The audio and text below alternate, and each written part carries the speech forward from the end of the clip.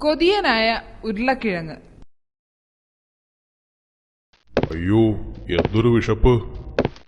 രാവിലെ തിന്ന് 4 ഇഡലിയും ഇത്ര പെട്ടെന്ന് ആവിയായോ?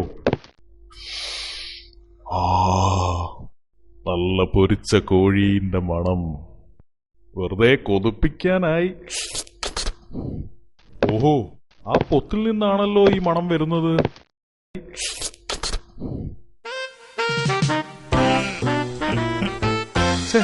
കിട്ടുന്നില്ലല്ലോ.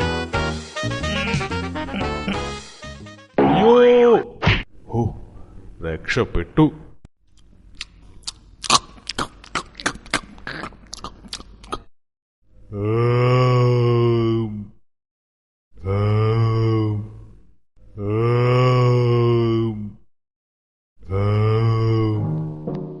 അയ്യോ, പുറത്തേക്ക് ഇറങ്ങാൻ പറ്റുന്നില്ലല്ലോ.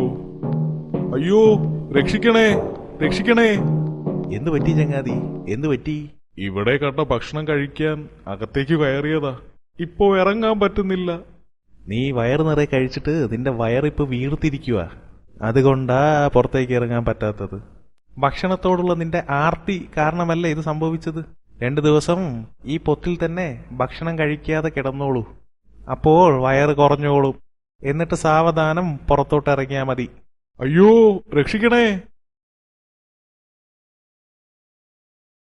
ഗുണപാഠം: അത്യാർത്തി ആർക്കും നല്ലതല്ല.